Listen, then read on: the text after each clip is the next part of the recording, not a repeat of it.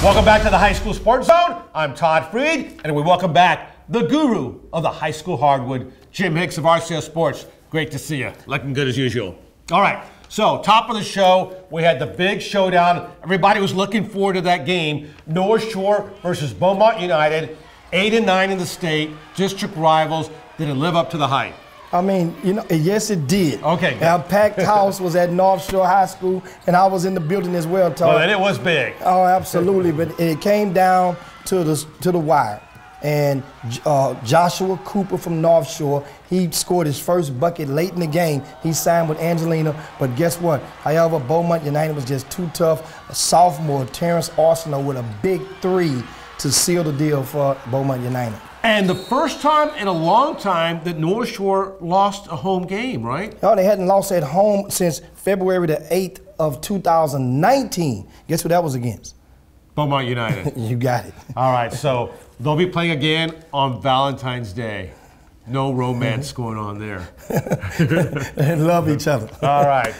Speaking of teams that rarely lose, the Jack Yates Lions. Now, a disclaimer, we're doing this segment with you before Friday night's North Forest game, so that could change. But going into that game, North Shore had now surpassed the 100-point mark in how many straight games? Well, that's Yates has, and that's 10. Yates, excuse me. Yeah, 10 times in a row they've scored 100 points. The national record is 15 in a row set by Jack Yates in 2010. So they're looking to break their own record. Looking to shatter this thing because, it could be 17 wins if they run through district. But I'm not sure that, I'm telling you, Todd, it's going to be a lot of teams that's going to be piling up and trying their best to slow things down. And in HISD, they've started to run the clock in the second quarter during the Yates games now. They do? Yes. Don't both coaches have to agree to that? It's supposed to be that way. All right. Well, it seems like you'd have to both agree because that's the rule of basketball. Mm-hmm. Okay.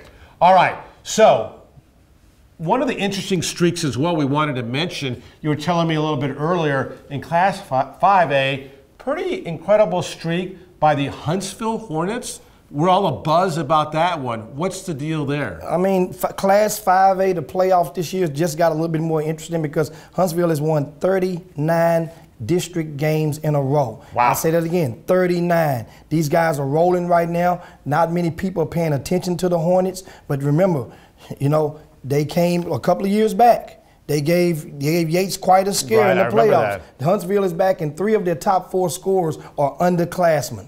All right, so they're now a larger classification than Yates, so they will not meet in the postseason playoffs. Let's talk about some of the big games for next week's, as we like to call them, Hicks Picks.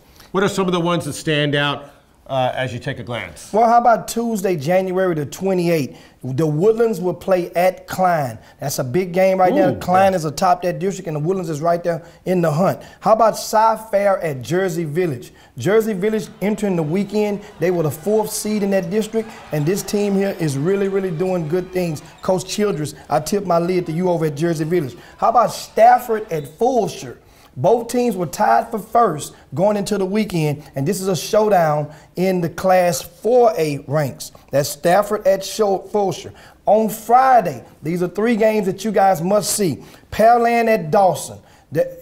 Need I say more about that rivalry? The Battle of Pearland. Absolutely. And West Columbia at Lamarck. Both of those teams are in Class 4A, and they are tied for first going into the weekend. Last but not least, the rematch, Bel Air, Sam Houston, Part 2. That will be at Delmar Fieldhouse Friday evening, 7 o'clock. You want to get there and watch that game.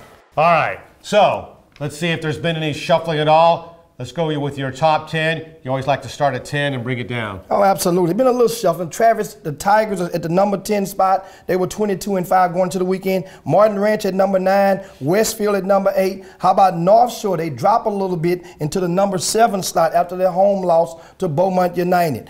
Number 6 is the Hightower Hurricanes, who's sitting in first place in their district. Atascocita is 5. Jack Yates 4. Summer Creek number 3. Shadow Creek 2. And get out the way, Todd. You already know who's number 1, baby. Here I go. The Dickerson Gators is number 1 again. Tremont Marks and the crew are getting it done. Marcus Williams, shout out to you guys. Coach Wilson doing a great job with that program, keeping them composed. Those guys have been amazing all season. Yeah. And you're giving them that extra chomp and hype, so they don't want to lose that #1 ranking. 3 weeks in a row. Yeah. All right. #2 in the state. All right. Well, that's as good as it gets. Well, #1 is as good as it gets, but they might get there. All right.